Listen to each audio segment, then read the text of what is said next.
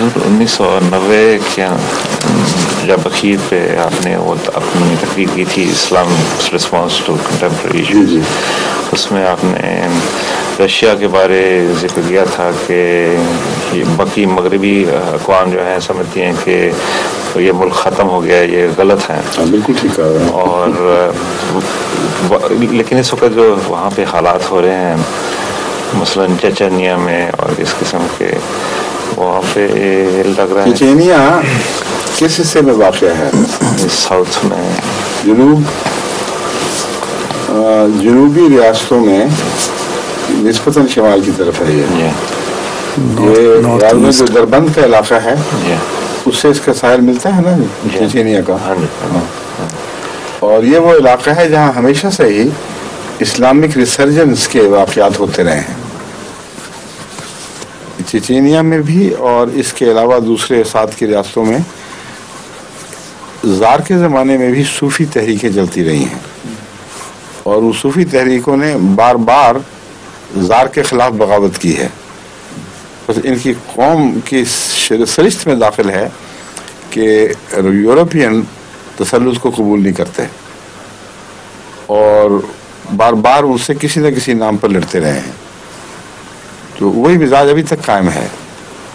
اب اس کو زبردستی دبانے کی جو کوشش کی جا رہی ہے، اس سے رشیا کے لیے اور خطرات پیدا ہوں گے، کیونکہ جہاں جہاں بھی اپنے ہم قوم ہونے کے لحاظ سے ان سے دلچسپی ہوگی، اور ہم قوم سے مراد صرف اسلامی نہیں بلکہ غیر روسی، یورپین روس اور دوسرا روس، ان کے درمیان ایک لکیر زیادہ گہری کھینچ دی جائے گی اور آپس میں ہمدردیاں اٹھیں گی.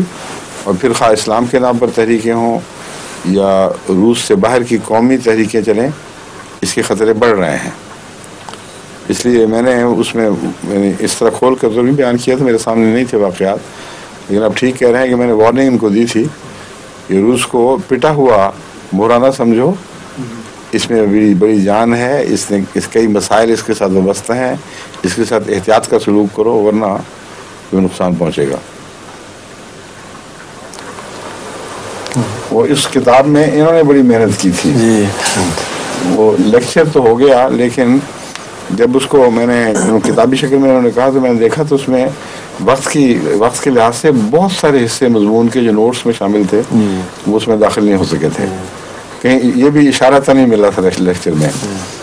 انہوں نے اپنا وقت دیا، بہت قربانی کی، اور جب مجھے وقت ملتا تھا یہ آ جاتے تھے اور میں ان کو ڈکٹیٹ کراتا تھا، پھر یہ لکھتے تھے، پھر ہم اس کو پڑھ کے دوبارہ دیکھتے تھے، پھر یہ مشورہ دیتے تھے کہ یہ مضمون ابھی شاید کچھ اور محتاج ہے کھولنے کا، یا پہلے آپ بیان کر چکے تھے تو دوبارہ کر رہے ہیں.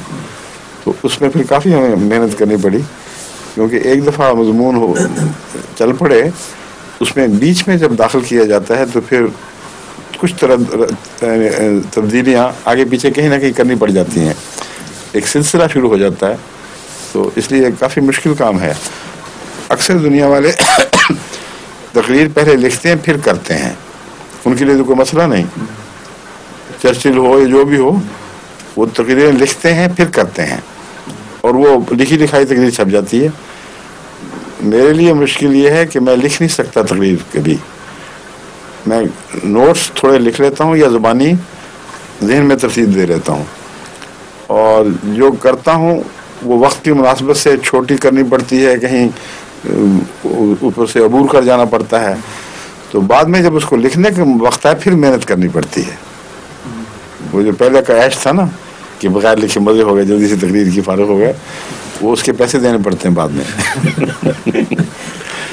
یہ وہی کتاب ہے جو اس پہ شاہ صاحب میں ممنون ہوں. جو باقی ہیں ان میں مختلف لوگوں نے محنت کی ہے. ایک جو ہے کرسچینٹی والی، وہ بھی لیکچر تھا، اس کو بھی اسی طرح ہم نے ترتیب دیا. اس میں آصف عمر نے بہت محنت کی، بہت وقت دیا. اور پھر اب ایک آدمی کے اوپر تو اتنا بوجھ نہیں ڈال سکتا میں. پھر جو آخری کتاب یعنی اب تک کی وہ آنے والی ہے، وہ ہے ریشنلٹی اینڈ ریولیشن. ان کا ٹروتھ اور نالج تک پہنچنے میں ان کا کیا کردار ہے.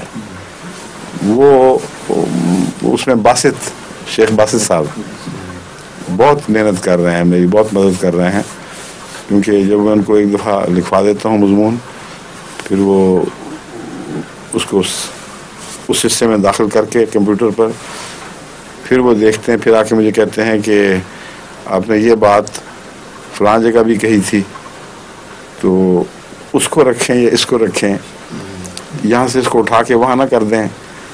तो फिर हम एक दफ़ा वो तब्दीली कर दें तो फिर बाकी मजमून का तसलसल टूट जाता है, फिर उसमें करनी पड़ती है।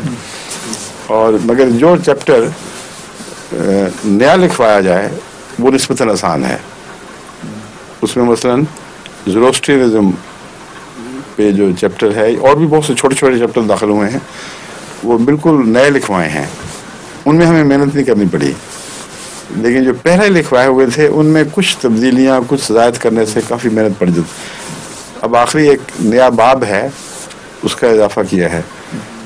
उसमें नया लिखवाने के बावजूद तब्दीली की ज़रूरत इसलिए पड़ी है कि वो बाब दरअसल बहुत लंबे वक्फों के बाद लिखवाया गया।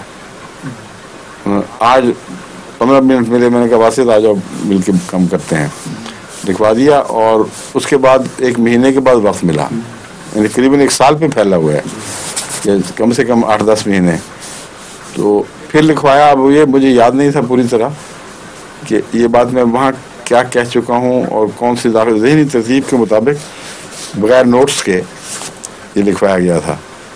तो जब वो मुकम्मल हुआ तो बासित साहब लेके आए अपना कंप्यूटर कि देखें ये बातें हैं, इनमें फ़लाँ जगह आपने ये बात यूँ लिखवाई थी, वो मुझे ज़्यादा अच्छी लग रही है, यहाँ वही बात बयान की हुई है, तकरार तो बहाल नहीं होनी चाहिए, तो उसको उठाएं तो यहाँ रखें, तो क्या ख्याल है। मैंने कहा चलो कर दो इस तरह। वो उन्होंने उठाई तो वो जो जगह खाली हुई उसका जोड़ नहीं मिलता था। फिर वो जोड़ मिलाने के लिए कोशिश की तो पता लगा कि यहाँ अब कुछ फ़र्क आ गया है साइज़ में। तो बड़ा मुश्किल काम है। असल तो यह है कि वक्त पूरा हो, एक इंसान सुबह से शाम तक बैठे तो एक किताब जो है वो अगर ज़हन में मज़मून हाजिर हो चंद दिन में लिखी जा सकती है। लेकिन अगर वक्फन और थोड़ा थोड़ा वक्त मिले फिर बड़ा मुश्किल काम है। बहरहाल दुआ करें अल्लाह करे। अब मेरा ख्याल है तकमील के आखिरी मराहिल पे है वो, मेरी तरफ से अब उनको इजाज़त मिल गई है कि इसको अब चढ़ा दें कंप्यूटर पर और तब्दीली की ज़रूरत नहीं है। और मगर ये जो मेरा तो इतनी मेहनत नहीं, मैं तो आराम से बैठ के लिखवा दूँगा। बासित बेचारे को तो लॉन्ग हैंड में लिखना पड़ता था, शॉर्ट हैंड नहीं आता। लेकिन उनकी लॉन्ग हैंड की प्रैक्टिस बड़ी अच्छी है उनकी। बाद में हैरान हो जाता था, काफ़ी तेज़ बोलने लग जाता था, वो लिखते जाते थे। कहीं कहीं रोकना पड़ता उनको, बस अब काफ़ी हो गई, थोड़ा सा वापस चलें।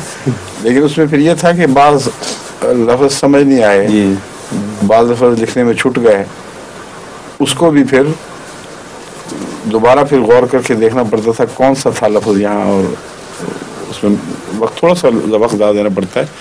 ये असल मेहनत तो लिखने वाले की है।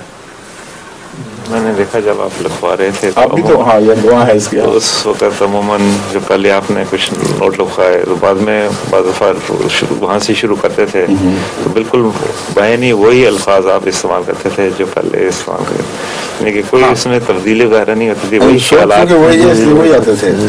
मगर उसी मजमून को बयान करते हुए बाज़ दफ़ा दूसरी मिसालें मैंने दे दी, वहाँ जाके मुश्किल पड़ी है। और बाद लोगों को लगता था कि वहाँ ज़्यादा खूबसूरत हो गया, ज़्यादा खुल के बात आई है, लेकिन उसके मजमून में फ़र्क नहीं है। वो आप ठीक कह रहे हैं। ये तो शाह साहब मुझे कहा करते थे आपने इन्हीं अल्फाज में ये बात पहले लिखवाई हुई है। फिर हम वापस जाते थे, देखते थे वाकई बात ठीक निकलती थी। हाँ, अच्छा और बताएं आप सवाल। इस्लाम